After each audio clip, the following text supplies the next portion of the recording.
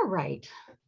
So our program today is on a topic that linked descendants have expressed a lot of interest in, which is how can the descendants of enslaver families support the work of African-American family history researchers? And a number of people have worked on this program, so I want to be sure to start off by thanking them. We have research storytellers who've really built a lot of the content of the first half of the meeting. I do have to say that we're thanking Tony Broussard, but she's unable to be with us today. We have presenters, Connie Davis, apologies, Connie, for the typo, and Sharon, and then a great team of planners and organizers. Thank you to everyone who's been working hard to make this possible. What we're going to cover today, we're going to start off hearing some stories from African-American members of Linked Descendants Group about their research experience and some of the obstacles that they've run into, and in some cases, lessons learned as well. And then based on those experiences and a lot of additional input, we've created a list of over 25 action options for enslaver descendants, ways that we can take action to support African-American researchers. And we're going to go through a summary of those points. Following the summary, we'll have two presentations. The first one is an introduction by Connie Davis to WikiTree. And the second is an update from Sharon Morgan on ROAR and our Black ancestry. But today's program is actually the beginning of a series, because in June, which is an Express Cafe, one of the breakout sessions will be Connie leading a hands-on workshop on WikiTree. And in the same cafe, in a different breakout room, Sharon will lead a hands-on workshop on our Black ancestry. And Connie is going to reprise her WikiTree workshop in the July Express Cafe. So lots of opportunities to learn tools for also supporting our African-American researchers and genealogists. A little bit of housekeeping. I've already mentioned the recording. Please keep yourself muted. And as we go along, you may come up with questions. Please put them in chat, and our Q&A moderator will then pull them out to present for answers at the end of the meeting. I'm going to introduce all of the storytellers at once so that as we go through the stories, they can just readily roll on into their stories. Our first storyteller will be Melody Robinson. She's a native of Alabama who spent her formative years in New Jersey. She developed a passion for genealogy at an early age and has been researching her maternal ancestors, the Riley family. She gave her first presentation on her research at a family reunion in 2016, and she's preparing to present again at a family reunion this summer. Our second storyteller is Briana Cuffy. She is a strategist, an advocate, and a future author based in Annapolis, Maryland. She leverages her political expertise, teachings from her elders, and history to help others understand the complexity of Blackness in the United States. Briana will be followed by Jennifer Halsey, and Jennifer describes herself as an on-purpose family historian and genealogist, actively researching since 1997. Linking descendants of the enslaved and of the enslavers is critical to completing family trees. Jennifer's been a member of the Linked Descendants group since 2019. Our fourth storyteller will be Jerry Stewart. Jerry grew up in rural West Virginia, went to an HBCU in Richmond, Virginia, and worked in a Fortune 100 company in New York. Her oral family history prompted her to research and document what she learned about her family members so that they would not be forgotten. Patricia Lowther, our fifth storyteller, is a South Carolinian. She served in the Peace Corps in Turkey and went into a career teaching English as a second language. She has lived and taught in Southern Africa and currently resides in North Virginia. So let's start now with the stories. And the first storyteller is Melody. You're on. Okay, thank you, Prinny. I'd like to share with everyone the challenges I've encountered researching my family history as a new researcher. The picture before you was taken in Washington, D.C. at my family's 2016 Riley family reunion. Our reunions since 1963 are held biannually in different parts of the country. So this year we are gathering in Kansas. The purpose for my research is to inform my Riley cousins on our shared family history and to add more to the history rather than the same 3 small paragraphs I see in older family reunion booklets. It has been a 7-year journey researching my mother's maternal line from Wetumpka, Alabama, in Elmore County, which is in central Alabama, about 16 miles north of Montgomery. In 2015, I decided to travel to the location where my ancestors lived. At that time, I knew of Ancestry and Family Search, but didn't really know how to get started. So I thought to myself, surely if I went to Elmore County in person, I will find something about the family in the library, the courthouse, and I can get birth and death certificates while I'm there. So I was just excited to make my first trip. Needless to say, I found 0 information on the Rileys in the library. My ancestors were not enumerated on censuses prior to 1870, so the presumption was they were enslaved, and enslaved persons as property were not identified by name in official county and local documents. Next slide, please. An important item introduced to me by the librarian was this book, The Heritage of Elmore County, Alabama. It's a 500+ page book, which is a resource for all kinds of information on the county, such as the early settlers, county history, towns and communities, churches, cemeteries, schools, you name it, it has it. This book has been invaluable to me over the years as I refer back to it often. The librarian started me on using the library's ancestry account. So keying in my 2 times grandfather's name, Henry Riley, his household in 1900 came up, and they were living in Bikeville, Alabama. Henry told the enumerator his father Rufus, my 3 times grandfather, was born in South Carolina. I was in shock. All this time I thought that the Rileys were all born in Alabama. Well, they were, except for Rufus.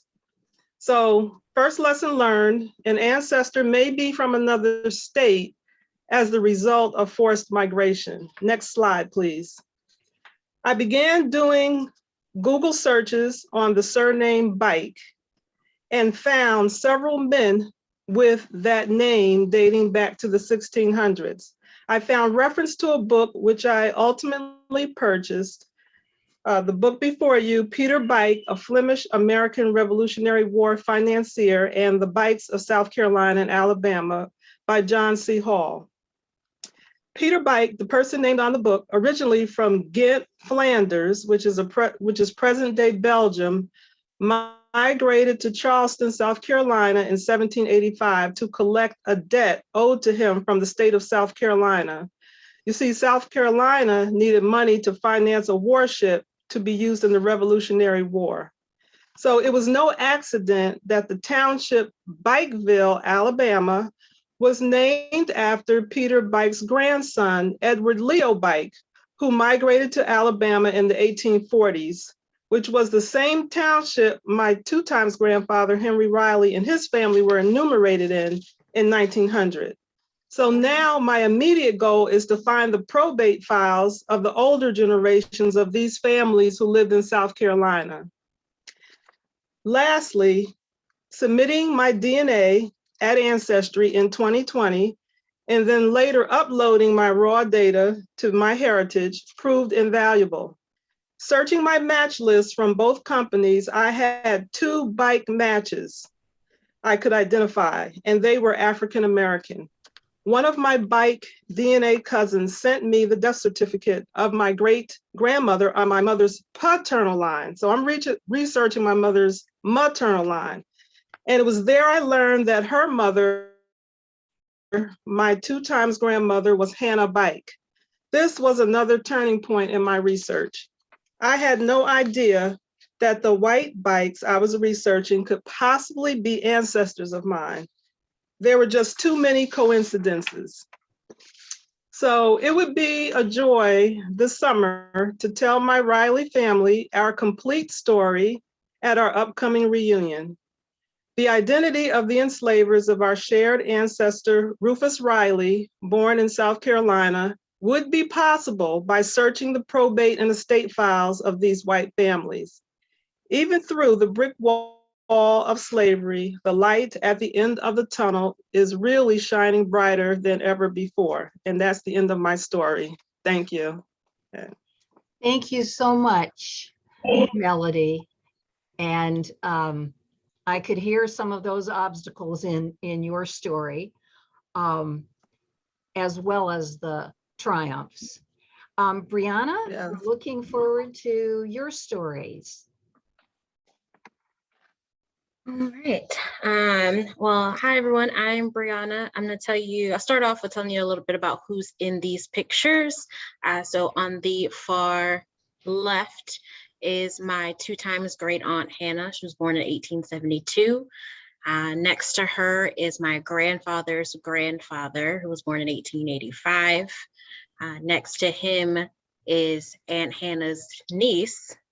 And next to her is his niece Gertrude's aunt. The man on the far right is actually not related to us, but he is a very close family friend, and actually the reason why my grandfather was able to go to college. But I want to start here because my mom's lines have very rich family histories.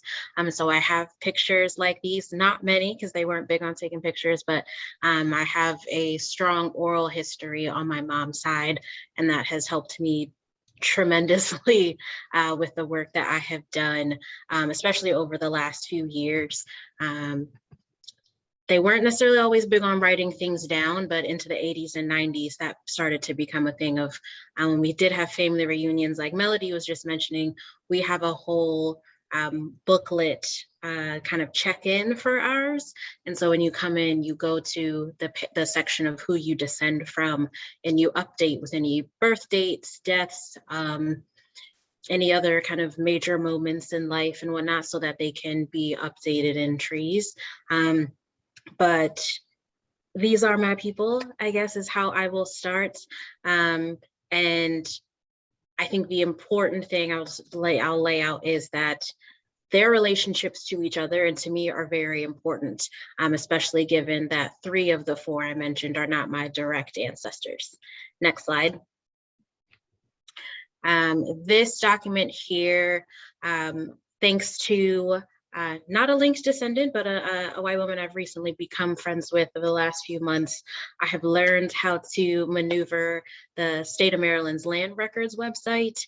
And so I'm able to now trace the home ownership, or in some lines lack thereof, in my family, going back at least through the early 1900s. And then I actually just traced one last night back to the 1870s.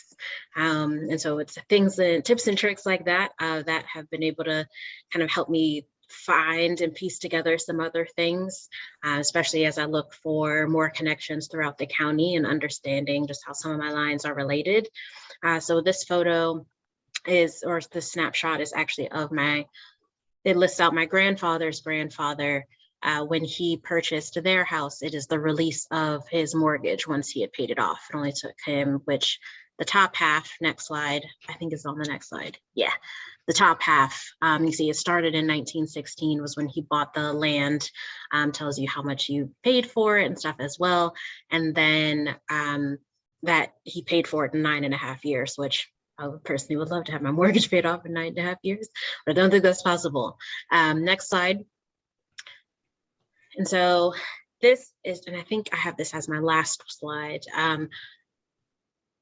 This is how I build my tree. I learned somewhat quickly through other people that not everyone does this. So I don't only have my direct ancestors in mind. I include their siblings, and I also trace their lines forward. They're not, of course, usually my main focus when I'm down the rabbit hole of ancestry, but I include them. And it's something I suggest that white people do as well. Because a lot of the times that I have looked for things from my direct ancestors, they don't populate. They don't give me that little green leaf at the corner. But if I'm looking into older siblings, usually older siblings, but sometimes younger, or even other family relations later on, if people are living with other folks who they considered kin or extended relations due to whatever the family circumstances were, I'm able to find them that way. So things that don't always populate with my direct ancestors sometimes do populate under other people, since they're also attached and that transcription is attached to them. And then I find my direct ancestor alongside it. That becomes more helpful when white families do it, as I trace the colonizers at the root of some of my lists, at the root of some of my trees. All of my family, for the most part, is very heavily centralized in Maryland. I'm back to the early 1800s, and we are still in the same 5 counties. And so it really helps to have white people include their extended families, the siblings of their direct ancestors, and at least to some extent tracing those forward, because while it may not be your direct ancestor that enslaved mine or that had a role in, having, let's say, my 2 times great grandfather sharecropping on their land, it may be the nephew of your direct ancestor. But if people don't have those teased out on their tree, and if that direct descendant does not have a tree on Ancestry, there's almost no way of me being able to tease that out, or it becomes much more insanely difficult for me to be able to do that. So that's kind of where I'm at with my tree. Some lines I have back further than others, but being able to look at different sections of cousins has really proved helpful to me as I go through my trees. And I know with the few white people that I've suggested it to, as they have tampered with doing the same, they have come across with the same outcome, being able to find more about their own ancestors. So that is just a small sliver of my tree, and I will close out there. Thank you very much, Briana. And when you and I have talked, you've encouraged descendants of enslavers to learn things like how to work with the land records in the area that their enslaver ancestors lived, so that they can possibly help an African-American researcher and a potential linked descendant do some of the same research you've done. So good information to have and new skills to learn. Jennifer, gonna Good afternoon, everyone. on next. All right. As Prinny had said in my bio introduction, I consider myself an on-purpose genealogist, family historian, which wasn't always the case. I've been fortunate that I grew up with a lot of oral history on my paternal side. I spent summers with my grandparents in North Carolina, and I heard the stories of the 5 generations that lived in the home. And they talked about slavery times, and I just had a wealth of information, much of which I remembered and did start writing down at one point. I also had photo albums of pictures that go back 100 years or more. So I just felt very privileged. And when I started actually doing the work of going to the archives and getting serious about research, I was still very flippant. People would ask me, oh, why are you researching? And I said, oh, I want to find my connection to the crown jewels of England. And that's kind of the attitude I had. I was like, oh, if I can trace myself back to Queen Elizabeth and claim, my inheritance. But as I started really diving into the records, and I realized that the majority of my family from North Carolina was probably enslaved. And the accomplishments, the fact that I am here and surviving and our family has done well, landowners and farmers and educated, that I'm on the backs of these people and I must speak their name. I must tell their story. They cannot remain nameless. So I'm on a mission to find build out my family tree.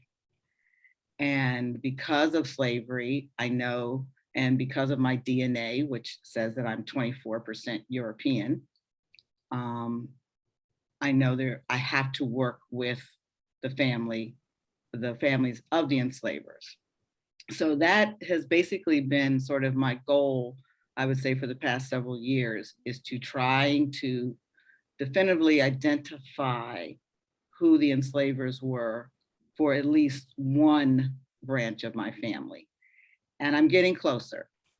I just on accident Googled one of my surnames during COVID. And during the time we had COVID and I had a lot of time at home, and I just put the surname in Google and I said, well, let me see what comes up. And long story short, it came up with this woman who has written a book about the Skinners of Eastern North Carolina. She's written several books. And she had a website with all these documents on it that she had transcribed. And of course, her focus was not necessarily the enslaved people, but she did talk about them a little bit. So I contacted her through an email. And she had an email on her blog, on her webpage. And I wrote her a note, a lengthy email describing who I was, what my connection was to the Skinners. She immediately wrote back to me, sent me 40 pages of documents. And up here on the screen, I'm sorry for the quality, but this is a page from a farm ledger, farm journal that was kept by Patricia Lowther Skinner. The Skinners were big in Eastern North Carolina, particularly Perquimans County. They're all over the place. His family father was a planter, a lot of plantations. He was at William and Mary being educated.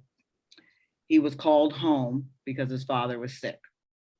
He was called home to take over and manage the family business, the plantation. And he kept farm journal. Those farm journals were donated or given, I would say, to the University of North Carolina, Chapel Hill. There are over 1,000 pages, 1,000 documents, paper documents in the Skinner family files. And I had a chance, I took myself to Chapel Hill in March to see for myself, just to get a feel, to look through some of these documents. I since found out that because of COVID policies, the archivists and the librarians will scan the documents and send them to me as a PDF. I just have to know what to request out of the 1,000 pages. But I had a chance to just go through some of the papers and to see that this man was keeping annual journals. He was counting how many slaves were born, who they were born to, who was sold, who died. First names, of course. There were a few people that did have last names, but most of them were just first names. The increase, how many babies were born in 1847, 1848, 1850? How many bales of hay, how much wheat was grown? Then I find out it just wasn't one plantation. They had 5 plantations in neighboring counties. And so just discovering and being able to go through his papers has just been enlightened. I may never be able to identify if these particular enslaved people are my people, but just being able to read the journals and to see the type of what their life was like what their daily life was like, what their yearly life was like. Also, the Skinner line is my oldest line that I've been able to identify. My 5th great grandmother was a Skinner. And I'm just hopeful that in my research and in my connecting and every day that I will eventually be able to identify where exactly she was enslaved and who maybe her children were. Her daughter, my 4th great grandmother, Annis, lived to be 102 years old. And the last census she was recorded on was 1910. When I first started doing genealogy, I didn't pay any attention. I said, oh, there's her name, her age. I wrote it down. I was happy. Later on, I was told by a genealogist, she said, you need to take the census and hand copy everything off of the printed census form onto a blank form, because you will pick up information that you're not seeing online. So I did that. And all the way at the very end of the 1910 census form, it's like 17 columns. There's a column that's asked, how many children did you give birth to and how many are still living? And my 4th great grandmother wrote that she had given birth to 22 children. And only 1 was living in 1910. And that was my 3rd great grandmother that she was living with, her daughter that she was living with. And that's all I had ever known. I had only known Cassandra because she's my direct line. But I'm thinking 22 children? She had 22 children. Who are they? Where are they? What happened to them? What were their names? So that's just opened up a whole nother can. I won't say worms, but just another direction that I need to go in. So I don't know if I have anything much else to say. I don't know if I've gone over my 5 minutes. I think you're good. Okay. And I remember part of what you told me was how important those 1,000 pages in the library were. And so your request is to enslavers finding they Yes. have collections of family papers to Yes. please give them to libraries or archives, because they will have either farm ledgers or may very well have other important documents. And truth in presentation requires me to acknowledge that this page is a sample of a farm ledger. It's from a different plantation, but when Jennifer and I were putting this together, this was one we could find and use to represent what farm ledger pages often look like. And I can attest that the ones that I looked at in person look very much like this. They used back of old letters, you know, they didn't waste paper. I guess paper was expensive, I don't know. But there's some documents in the file of Tristan Lowther, and it looks like it was his schoolwork or his son's schoolwork was on one side, and you know, it's math, and then he used it to write ledgers. So great. Well, now Jerry Stewart is going to share some of her research story. Okay. Rebecca Payne Stewart is my paternal great grandmother, one of them. She's the one I know the least about and have fewer records to reinforce what we do know. She did come to my generation with an oral history from her children and my father's generation. She was probably enslaved in Hardy County, Virginia, on a place called Cunningham Place, but we have no proof of that. She was the mother of 16 children who reached adulthood. We do have proof of that. But we believe that the first 5 of her children were born enslaved as well, because they were born before emancipation. And the youngest of the 5 mentioned in her old age something about having been enslaved, but she chose to mumble things about her past life as opposed to literally discussing them. She married a gentleman named Fortune Stewart, who may not have been the biological father of the first 5 daughters, but he definitely was the father of the next 11 children they had together after emancipation. She had 5 daughters who married 5 sons of a neighboring family. So that's kind of keeping it in the neighborhood. At the end of her life, after her husband had passed away, she spent about 20 years living with her youngest son and her youngest daughter. And it was their job to take care of her until she passed away in 1910. So that's what we know about her from our oral history. Next, please. Of course, doing research became a big thing of mine about 20 years ago. There are literally no records of her before 1870. I have spent countless hours in the courthouse looking at wills and deeds, trying to find out who she might have been enslaved to amongst the Cunningham family, but have so far turned up nothing concrete. She is identified in the 1870 census, the 1880 census, and the 1900 census, living in the same community she moved to right after emancipation with Fortune Stewart.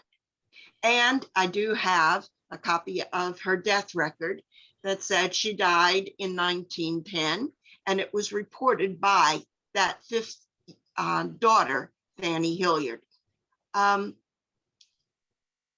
As you can tell, there's a lot of fluctuation in her age based on the census records and the dates that were provided on other documents I have seen.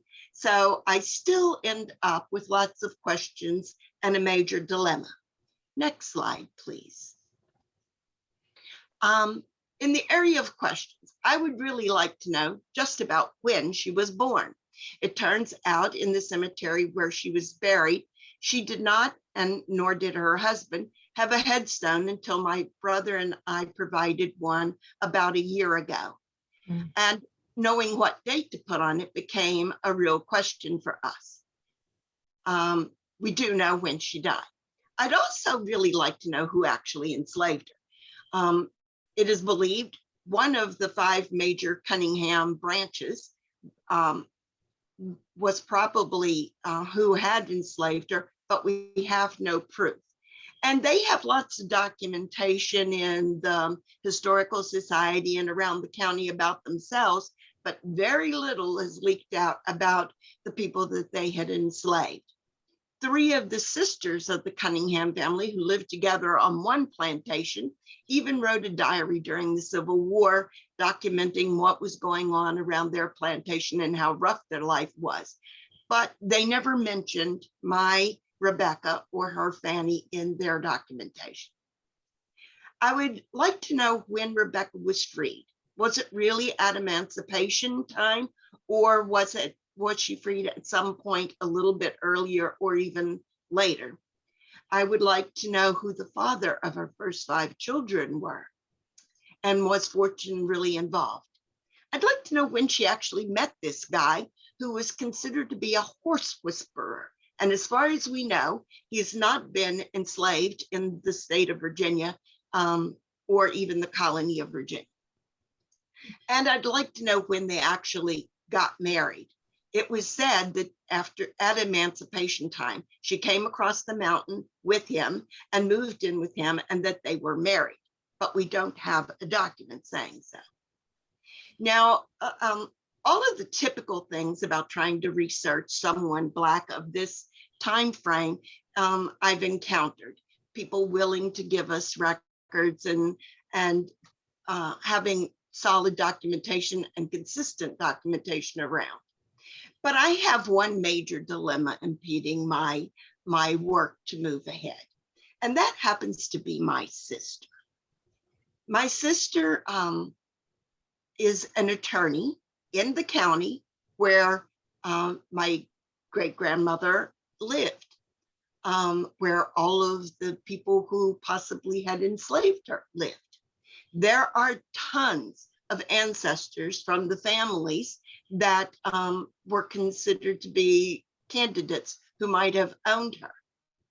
But those same ancestors or descendants are clients of my sister. And so they don't take kindly to us asking pointed questions about their ancestors' lives before the Civil War. They are definitely deniers and would like to leave it that way. So sharing information about what went on before the war is not in their bandwidth to do for just us. So I'm hoping once my sister retires and attorneys can work forever, I found, is that maybe she will be a little more willing to let us probe into the actual paperwork that those different families might have, and that we might one day find out which one of the Cunningham families actually owned her. So it's kind of obvious that even if you are researching the area you grew up in, that you live in, that you frequent a lot, there are still major obstacles in getting truth and information about the descendants of the enslaved. Thank you. Thank you, Jerry. And yes, that is quite an obstacle. And our next storyteller is going to take us into a different realm related to learning about the ancestors and open up a different set of opportunities for enslaver descendants to be helpful. Patricia Lowther, it's your turn to tell stories.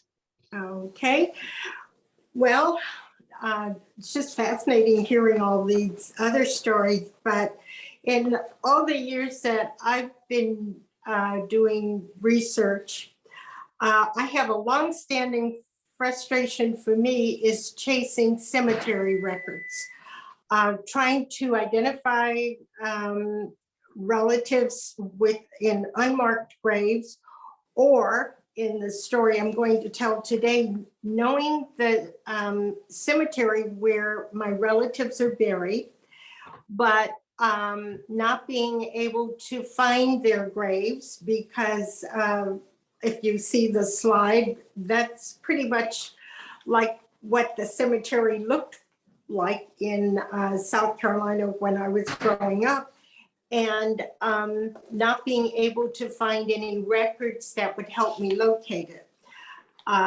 So I was born and grew up in Aiken, South Carolina. At that time, there was only one cemetery in the town for African Americans to be buried right in the city, and that was called the Aiken Colored Cemetery. Its use was begun in 1852, when well before the Civil War, and it's the resting place of many enslaved people, freed people, and many others. it was, could we have the next slide? Yes. It was very neglected and very overgrown when I was growing up. This is a picture that was taken in 2006. And this is exactly what it looked like. And this is what I remembered. And it actually was even worse than that in certain parts of it. The graves were completely covered. My father, Thomas Mitchell, and my grandmother are buried in this cemetery. In the 1990s, I decided I wanted to try and find their graves, and I had no idea where to look, except my mother had made a casual comment that my father was buried near a tree not far from the road. Well, that was not very helpful, except there was a Baptist church not far, or it's still there, a Baptist church not far from the cemetery. And I assumed that the cemetery was somehow connected to the church. So I started my search for maybe records or a map or some information about how the cemetery was laid out and where different graves might be found. Well, I quickly was told by the people at the church they had no connection to that cemetery. They had no idea who had any records or knew anything about it. They did give me the name of a man who they said was involved in trying to do something about the cemetery, but I was never able to contact him. It was not the gentleman in this picture. So I turned my search to funeral homes. I went to the funeral home where my father had been buried and asked if they had any records of burials from the 1940s. He died in 1944. And any information that might tell me the location of a burial plot. No, they had no information, no records. The lady was sort of amused that I was even asking, and she had no idea where I could go to find this. So then I turned to the funeral home that had buried my grandmother, but I got pretty much the same answer. They had no records, no idea where I would even find any. So this frustration just continued on many trips off and on over the years to Aiken. My daughters, my husband, and my nephew at different times, we would visit the cemetery and go through different sections, all of us in different parts of the cemetery, looking at headstones, and some of them were so faded, but trying to see if we could find my grandmother and my father. Well, one day discussing this on the phone with a childhood friend who lived in Alabama, I was telling her how frustrated I was because I couldn't find anything about any records concerning the Aiken Colored Cemetery. Well, she immediately perked up and said, I know a lady who's doing a survey of the Aiken Colored Cemetery. And this is her name and this is her phone number. And it was a Mrs. Colleen Reed.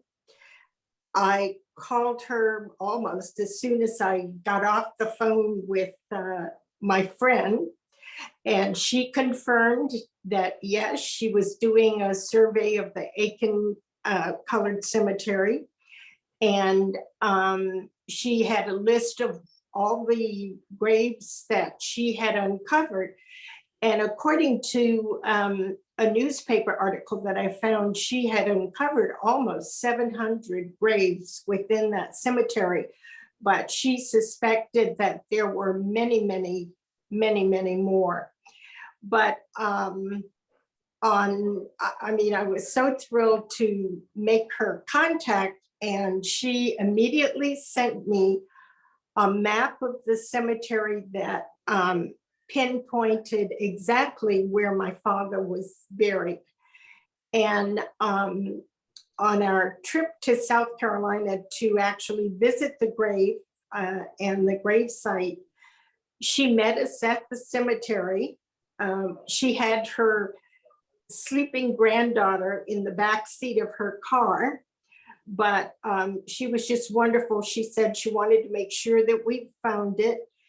And she was very, very kind with other information about the cemetery and what she and her volunteers had been doing. And I have to say that I'm very grateful to people like her who give their time and interest to doing the kinds of things that she did, because she really helped to confirm the little bit of oral history or oral information that my mother had given me many years ago, that, oh, your father is buried near a tree not far from the road. And as you can see, that's his grave, and there's a tree, and that's Mrs. Reed's car right parked on the road. And unfortunately, we've not been able to find my grandmother. I just don't know what could have happened. We're still looking, but she hasn't surfaced yet. But having volunteers and people who are doing the kind of work that she's doing, there are very many of us from the Aiken area, African Americans, who are very grateful to their efforts. That's my story. Thank you so much. And it certainly does point to another way that actually one doesn't even have to be descended from an enslaver, but that European Americans can be of assistance to African Americans looking for their ancestors. And I'm going to stop sharing for a moment so that we can show our thanks and appreciation to our storytellers. So thank you all very, very much for your stories and for all that we could learn from them.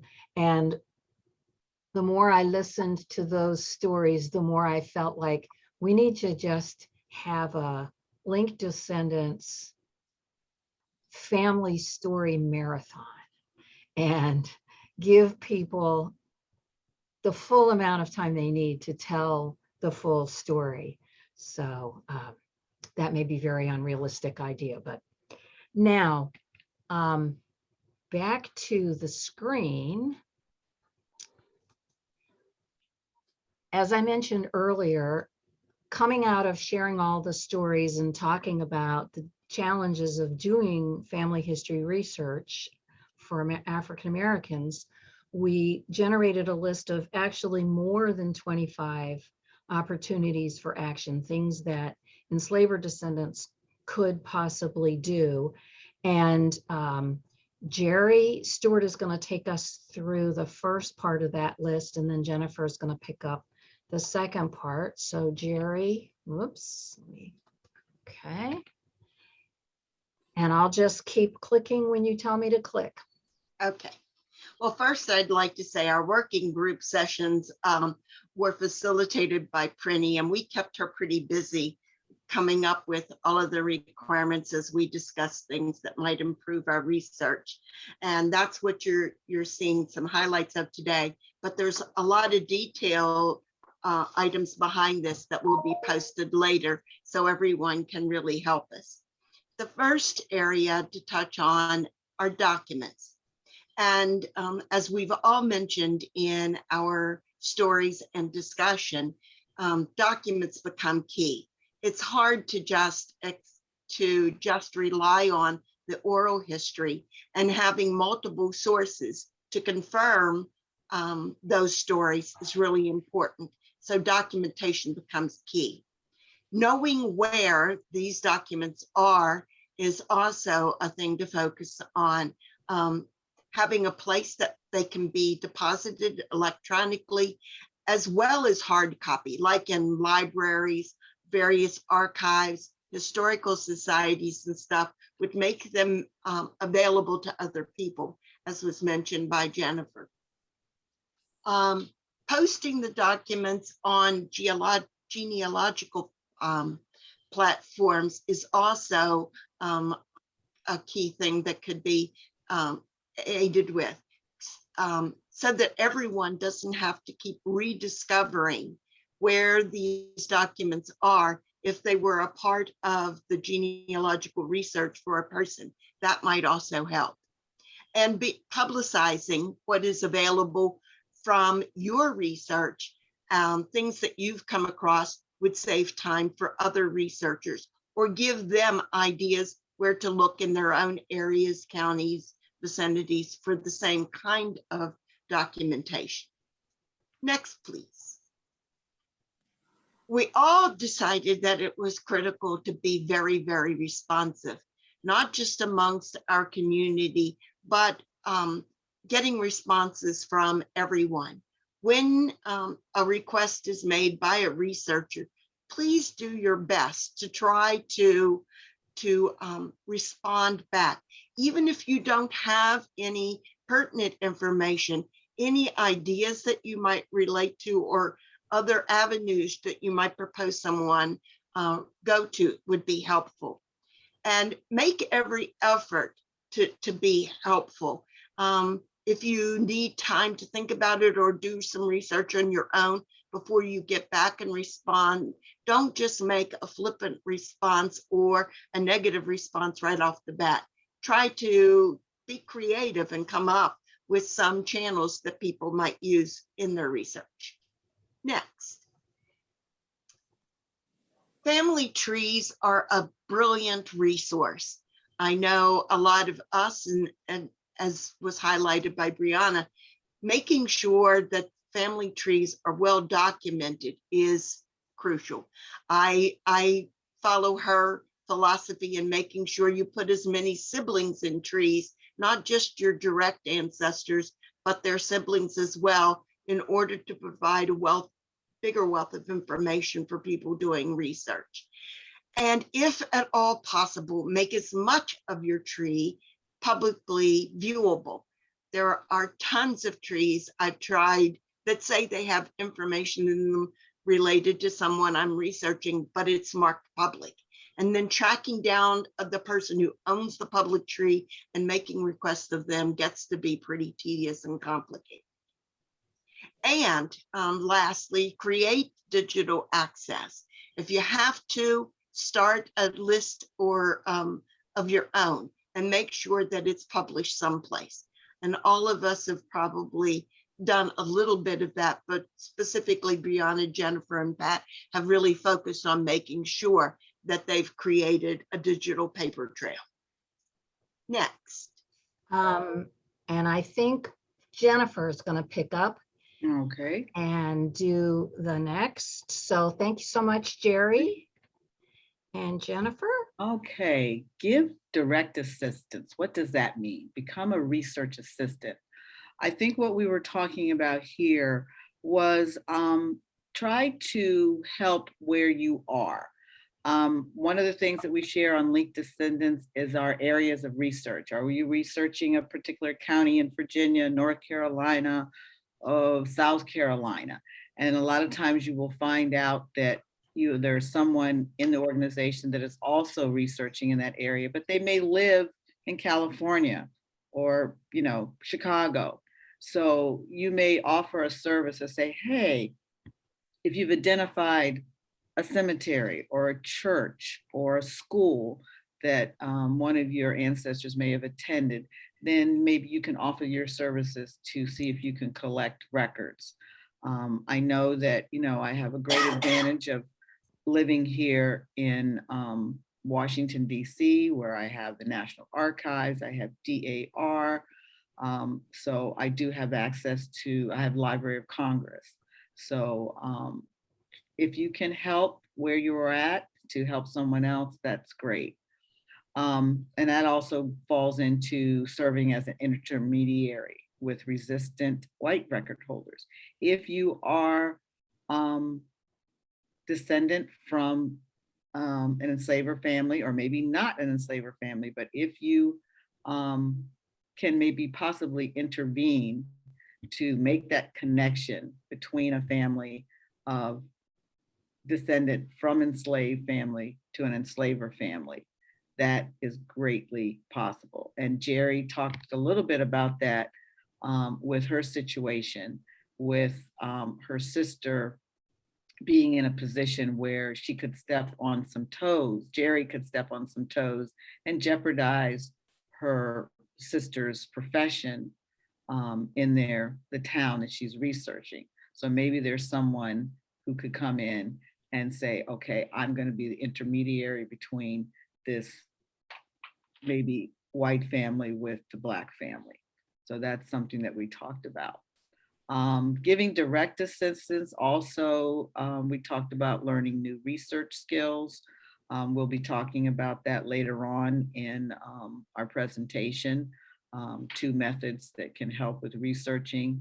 But I think there are plenty of webinars, free webinars, tutorials online. There are classes that you can take, pay for, just to bone up on your skills. And then you can also offer your information to someone else who may not have that skill. Next slide. We've got those pink ones down at the bottom. All right, and Patricia Lowther, she talked about honoring the ancestors, clear a cemetery. There are so many projects that are coming on board where they're actually finding abandoned cemeteries, burial grounds, African burial grounds. And there's no one left. There's no foundation. There's no organization that is taking up the project. And they're being paved over, built over, and just continuing the neglect. And that is something, I know we have some in here in Washington, DC. I mean, they're just all over the place. And that there is an organization, we will be giving, sending out a list of resources to everyone. And I'll try to make sure that some of the information about the cemeteries and the burial grounds, there are organizations at William and Mary, headed by Dr. Michael Blakey, who was one of the premier scientists with the African burial ground in New York City.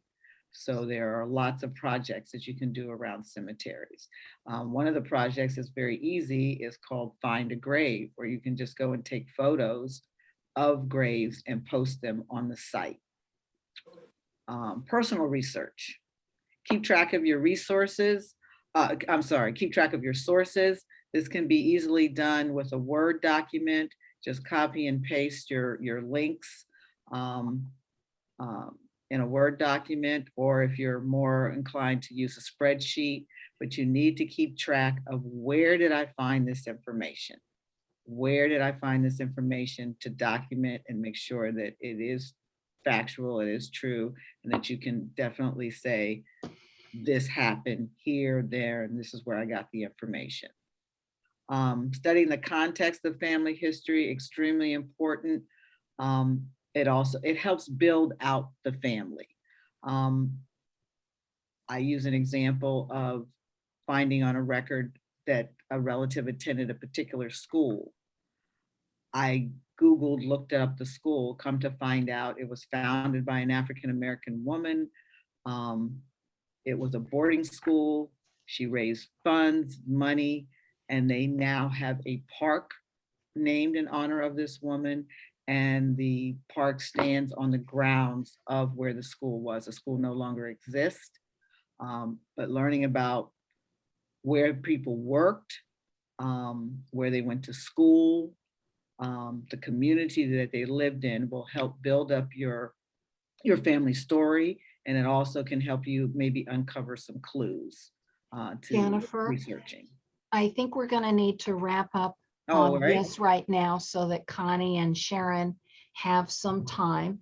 So let me just tell everybody that a more detailed version of this list will be emailed out to everybody, and the link will also be on the Coming to the Table website. And I'm thinking that we might have future sessions to talk more specifically about some of these action options, ways that enslaver descendants can support African-American history and genealogy researchers. And now we're going to get to, and I want to say thank you before I get to anything else. Thank you to Jerry and Jennifer for reviewing that outline with us. And we're going to move on into a set of tools. And Diane, I'll turn it over to you to introduce Connie and get this section started. And Connie, I think you need me to stop sharing. Yes, please. So I'd like to introduce Connie Davis. She's a member of our Link Descendants, and like other descendants of enslavers, Connie's been grappling with the legacy and trying to figure out her part in taking action. But one of her actions is volunteering with the U.S. Black Heritage Project on WikiTree. She's a nurse and a professional genetic genealogist with a particular interest in supporting people through their own journey, uncovering their family history. So I'll turn it over to you, Connie. Thanks so much, Diane. And so I'm going to be sharing my desktop, and I'm actually going to be giving you a tour of WikiTree and the Black Heritage Project. So you should be seeing the main page of WikiTree. And so WikiTree is, and I'm going to show you this from two perspectives. I'm going to show you from the descendant of enslaved ancestor and also the descendant of enslaver, so you can see how they fit together. So WikiTree is a free website. The goal is building an accurate shared family tree through collaboration. It's a platform for people to share information and work together, like you've heard the panelists talk about. Before we begin, and apologies, I will be looking at my second screen occasionally, WikiTree has an honor code. And for members of Coming to the Table, you can see there's some shared values here, including collaboration, accuracy, and courtesy. And of course, accuracy in genealogy refers to having source citations.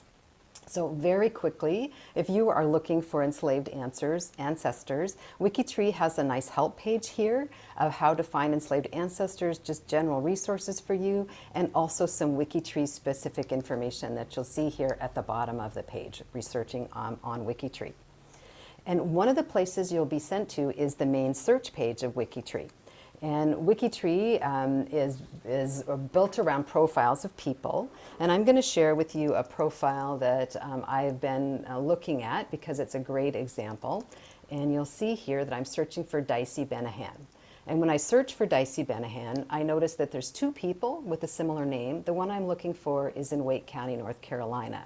So I'm going to click on Dicey. Dicey, as you can see, was born about 1844. And here, there's her mother named, here's her family named, and you see a very important piece of information here, this section that tells you that she has a provisional last name, because it's so challenging to tell how to name people in this time period. So WikiTree has a naming convention and uses the last name of an enslaver until the true name can be found, and this can help people find them. Okay. And something you'll notice about Dicey is she has here this sticker that shows you she's part of the Black Heritage Project. You'll see here some information. She was actually enslaved on a plantation. I'll tell you more about that in a minute. And you'll see the link here to the special collections at the University of North Carolina at Chapel Hill. And so you can help find that record right there. Let's say you knew that you had people in your family who were possibly enslaved in Edgecombe County. And so let's go to Edgecombe County. And here you can see that you could find a list of Edgecombe County, North Carolina slave owners. There's also a link that you could get to for the people who were enslaved in Edgecombe County, North Carolina. And your ancestor may not be on this list yet. This is all done by volunteers, but eventually this could be a way for you to find people that you're interested in locating. The interesting thing about WikiTree is it says all volunteer, and so I volunteered to help a friend of mine, and this is her family that I've entered into WikiTree, and you can see this is my friend's father, George Max Banks, and we've traced the family back to this man named Camillus Williams. You'll see he was born in 1838, and I've entered everything I know about Camillus Williams on this page. And one of the things I've done is I've made sure that he's categorized. If you scroll way down to the bottom of the page here, oh, I didn't categorize him. I thought I had. I did enter him into the Black History Project. So here he is. So maybe someday somebody who knows about him will add more information about Camillus Williams. So that's a little bit of a look, if you descend from enslavers, how the information works. Now you can see there's a lot going on behind the screen, behind the scenes here that help these things link together. So I'm going to show you about this. Oh, another thing I wanted to let you know, if you descend from enslaved people, there is a volunteer project at WikiTree that will help you build your family tree so that you can find other people. And so there's an application, and you can get in the queue to be helped. Okay, so let's go ahead and look at this from the perspective of if you are a descendant of an enslaver like me. Okay. So I'm going to share with you right now the U.S. Black Heritage Project main page. Once you get to know WikiTree, and there's lots of resources to learn how to use WikiTree, like anything else, you need to spend a little bit of time learning how to use the system. But I'll show you here a little bit about things you can do. So on the Black Heritage Project, there's a project path that will help you learn how to use WikiTree. And this is what I did. I started in this project. I had a mentor who helped me learn how to categorize everything so that the descendants of enslaved people could find it on WikiTree. So Project Path is a good place to start. You can volunteer for different projects, and this is the Slavery Projects team. Now, a word about nomenclature. That terminology is used because of search engines. Search engines use the term slave and slave owner right now, and this terminology will change as that terminology changes. But if you join, let's say that you descend from an enslaver that held more than 40 people enslaved together, you would volunteer on the plantations team right here. And David Hamilton, who's on the call today, is volunteering with that team. And you can see that there is an index of plantations, and it's organized by state. And so as plantation information is entered, it will be found here on the plantations page. And you will have a handout with all of these links, so don't worry too much about that. Okay. So, and if you're in this category and you help, that would be wonderful. I'm going to show you another project. This is the project that I volunteer on. It's part of the Heritage Exchange program, and it's called the Profile Improvement Team. So I'm going to walk you through an entry for one of my enslaver ancestors. This is my 3 times great-grandfather, Thomas Adam Walker. You can see here that there's a lot of information about him with links to a lot of other people. You'll also notice that I am not the manager of this profile. This is a distant cousin of mine whom I've never met, and we collaborate together to create this profile. So here is his biography. You'll see that you can tell that he was an enslaver. There's lots of information here. When I was researching Thomas Walker, I found a bill of sale from 1857. On the 6th of August, 1857, he sold the 18-year-old enslaved woman, Mary Jane, to my other 3rd great-grandfather, Holloway Key.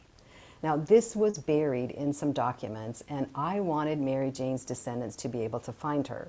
1857 isn't that far from 1870, when she hopefully could be found in the census. I haven't found her yet. So I recorded that information in Thomas's profile and in Holloway Key's profile, and I link them together.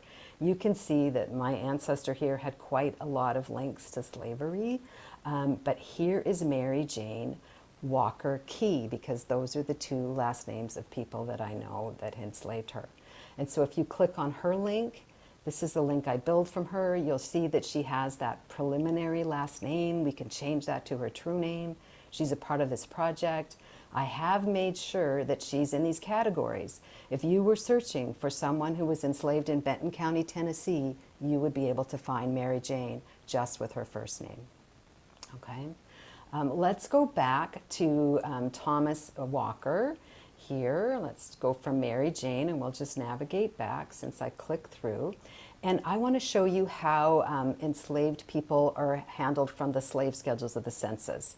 So in 1860, my ancestor held people in bondage, and I want to show you this information. In 1860, looking at the census, there was a 30-year-old black male, a 10-year-old black female, a 9-year-old black male, 6-year-old female, 4-year-old female. This could be a family group.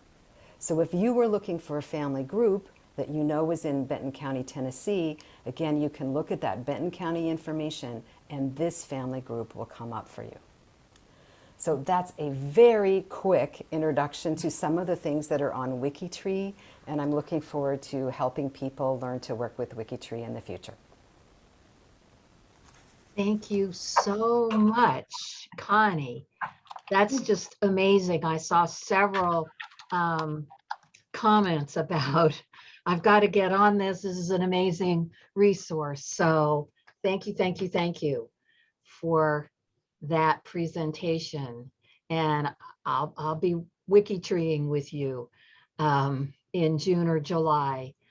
And Angela, I'm gonna turn to you now to introduce Sharon.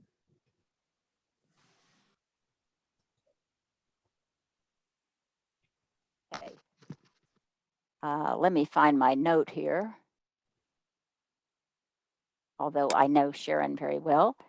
For those of you who don't know Sharon, Sharon Leslie Morgan is a writer and genealogist, the founder of Our Black Ancestry, it's a website and Facebook group that works on African American genealogy.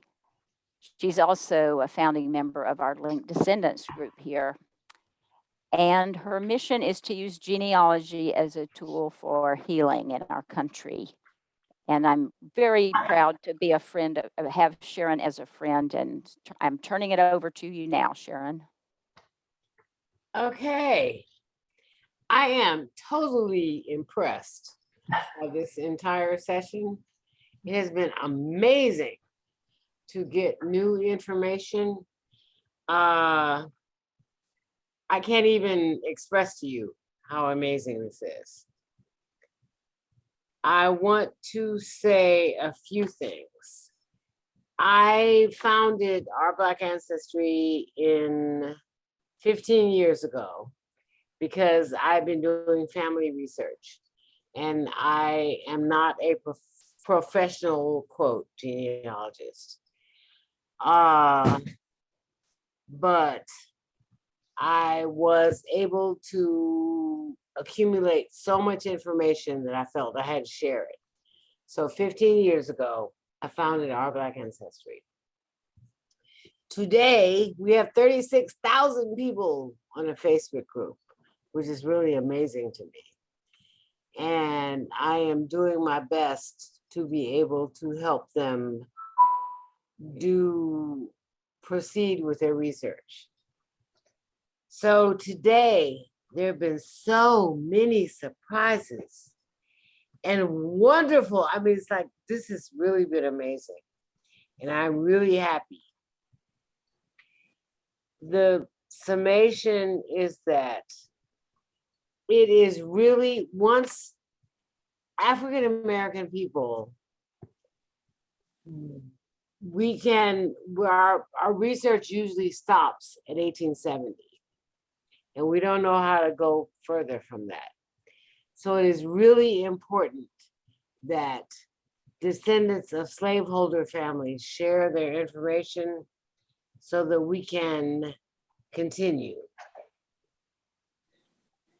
It is, you gotta share your trees, you gotta share where the documents are, and that is going to help us be able to get through this and to be able to make relationships, because I think that is the key to healing. The denial is great. People do not really want to recognize this history, but it is the history of America. And it is what we have to overcome in order to make things right. So I am totally appreciative of what is happening here. And I'm just so at awe, I don't know what to say. So I want to thank everybody who participated, because I have learned so much from this. And I am thankful. In June, when you have a breakout room on our Black ancestry, can you give us a sentence or two about what you think you'll be covering in that session? I'm going to talk about how to do your research prior to 1870, which is the first census where African-American people are recorded by name. So I'm going to try to take people back beyond that so you can break the brick wall. And that sounds like it's of use to descendants of enslaved families as well as descendants of enslaver families who might be looking for their linked ancestors, their linked descendants. Yeah, it is, because 1870 is like the pivotal moment For everyone. where it's like, okay, so Black people are first named, and in many cases, they are next door to the white man, the white person who would enslave them. So I'm going to try to break down that wall. Okay. Okay, so something to look forward to in June. And well, let me close by this. yes, I cannot even tell you how meaningful this has been to me. Because I know I don't know everything, but I received so much useful information that has been incredible. And I'm gonna have to take some time after it's over to kind of figure out what I got. But thank you. and this is recorded, so you can listen to it all again if you need to. We will take time for Q&A, but let me just quickly say, after this presentation, there will be an emailing containing resources from Connie about WikiTree and the list of action options for enslaver descendants to help African-American researchers, and the link to the video of this meeting if you know someone that missed it and wanted to see it. And then we have the sessions in June and the sessions in July, and you'll get many reminders about all of that.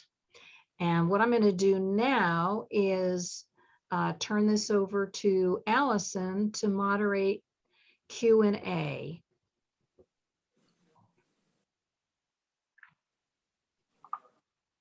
I don't see questions in the chat, so I'm not sure. I know we're all kind of digesting this amazing, I don't know why my video just stopped. Unable to start video. You stopped my video host.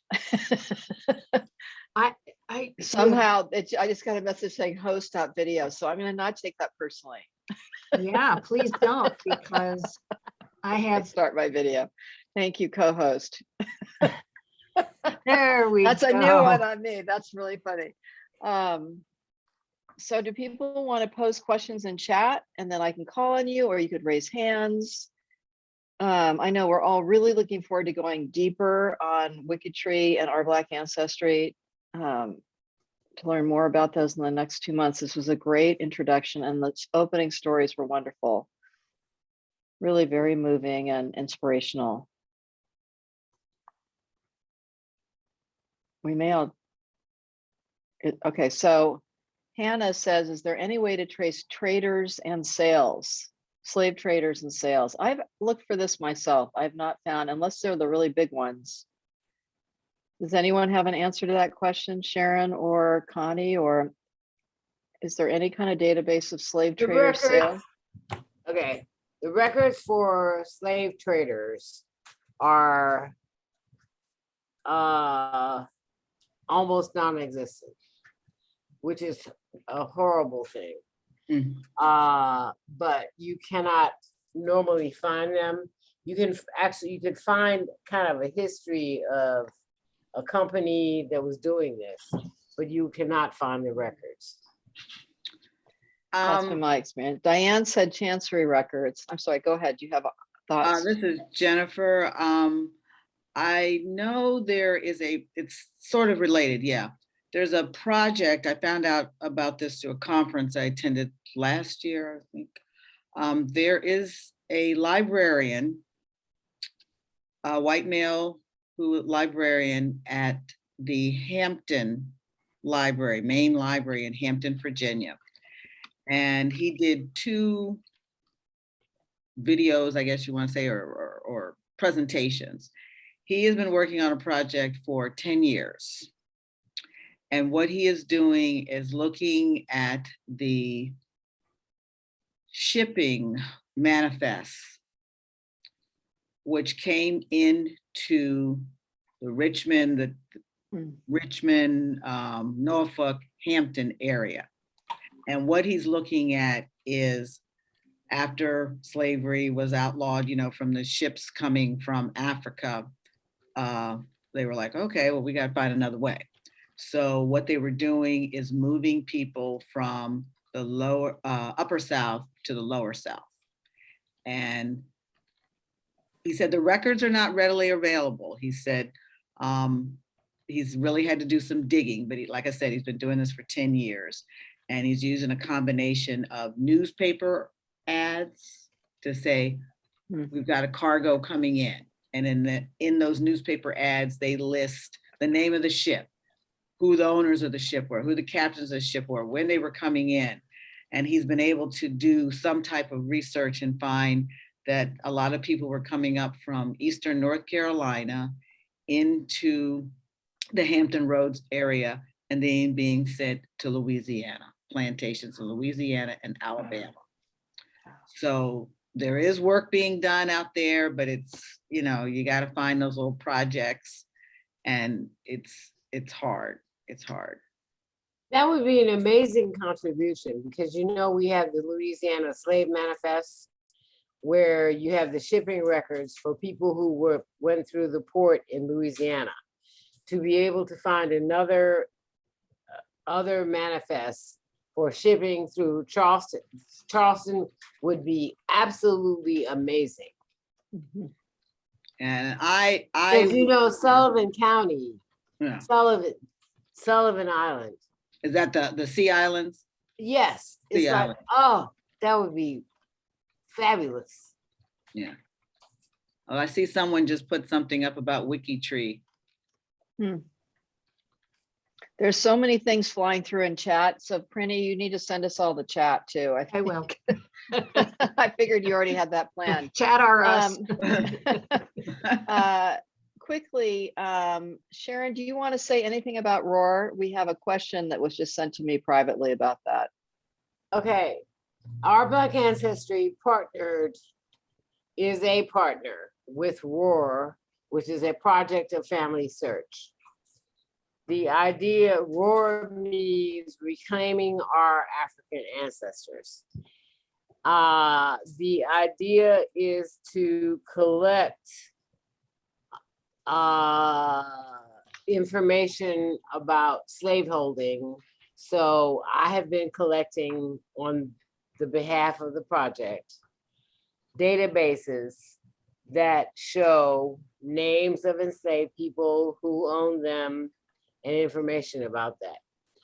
Roar is very slow. It's like, Lord, I've been doing this for 2 years. And it's like, man, come on, people. So I believe it is a great project, but it is like really slow going. Yeah, okay. But people can still submit their list. Well, you'll talk about that maybe in Yeah, June or I can July. send you, Okay. if you want to submit list of enslaved people with the information, I can send you a template and you send it back to me, and then I will send it to Roar, and then eventually it will go online. That would be great. So that would be a great other thing for Prinny to include in her follow-up email, Sharon. If you Okay. can send that to All her. right. Sharon, I know it's gonna be part of the resource list that's going out. But when you say it's connected with Our Black Ancestry and Family Search, so if you go on Family Search, is there something that you can put in and say, pull up Roar, or where do you No, find out? that is part of the problem. It's like, it is like, they're like, okay, we're building this project, so you will not see it publicly. You will only see it from if you communicate with me. Okay, so through you, but Family Search is helping out, I guess, okay. And I love Family Search, I do too. but they have deep problems Yeah. because because it's so slow. You know, and it's like, come on, people. So whatever. Gotcha. So I think Frances asked a question that seems like it's been answered a couple of turns. She was posting about whether or not she found a will through Ancestry and whether that was sufficient. And so the comments have been to also post elsewhere, probably because Ancestry costs money.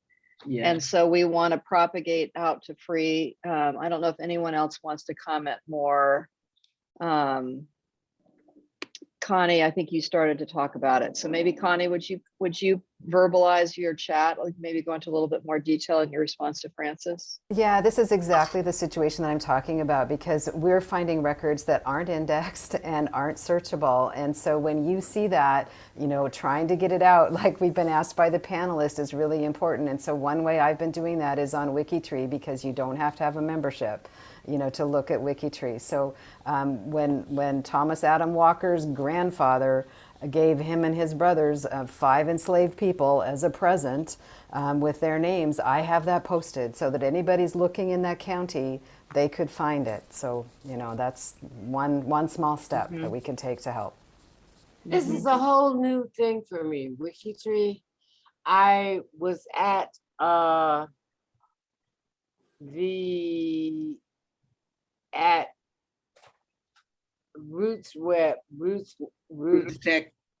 Roots Tech before it had to go offline because of COVID.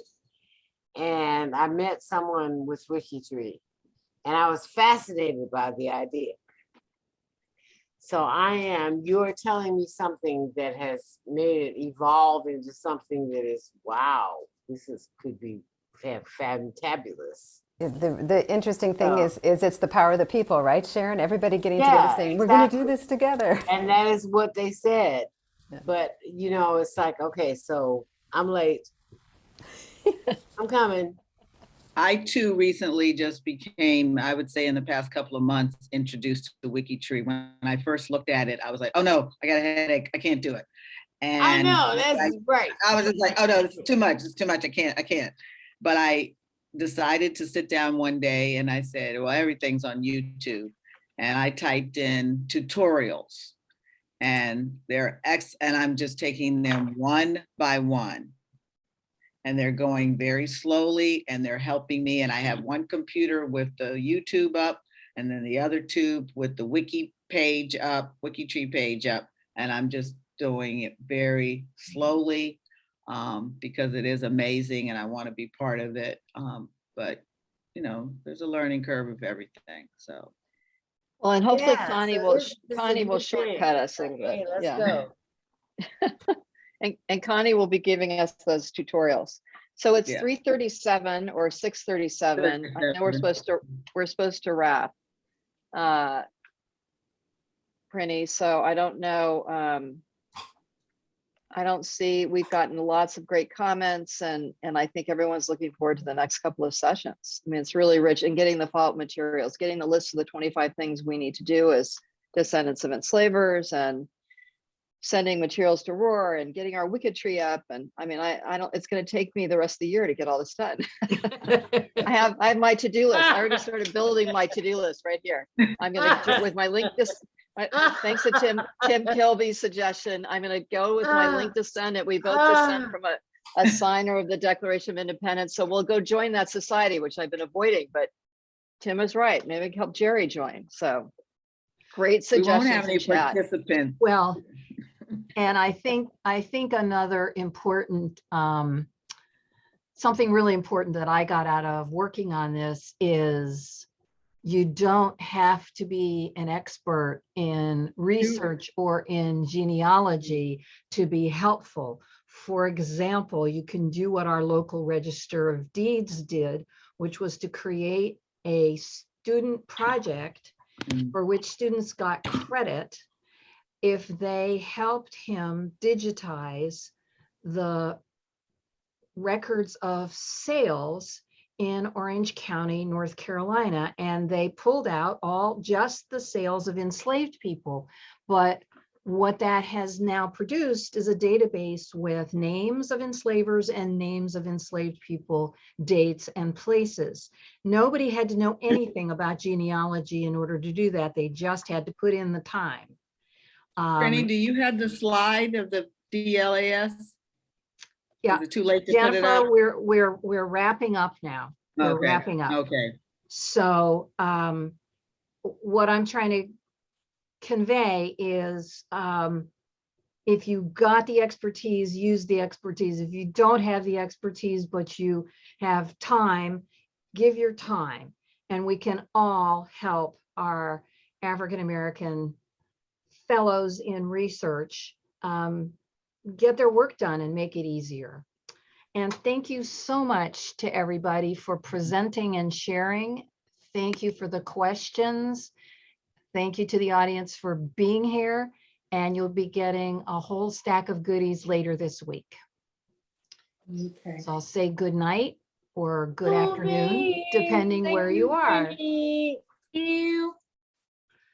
Thank you. Good night.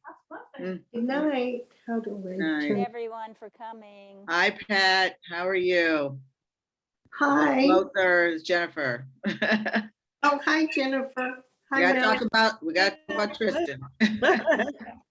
All right. Melody. Oh, Melody, Okay. I've got to ask her for that lady's name again. Oh, Shelley Murphy. So- Shelley Murphy. Yeah. Yeah, All right. You were gonna, okay, I'll send you an email. Yeah. Yeah. All right. Okay, we need Alicia, and we're just getting our little organizing team together here. So if you're not on the organizing team, How do I get off? I'm there, still- whoops, we, Okay. Alicia and Rashad. Do you want me to stay on? Sure. Okay. Mm. And Rashad, can Tricia, you you? should stay, Pat, you should stay on too if you want. Girl, you were snoring. I don't know. Yeah, how you were. Oh, It's, you had wine already? to- Oh, I didn't know you had wine already. let's see, there what? We're just gonna.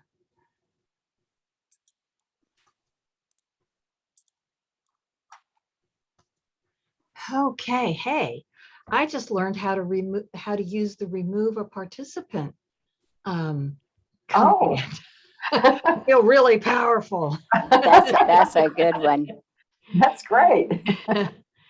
I suspect that was someone who had walked away from Yeah. their computer and didn't hear us. So thank you all very much for helping to put this on, and for Jennifer for telling stories. And Oh, wait, can I interrupt you for a minute? Do you want to stop the recording and not have this be part of the recording? Thank you.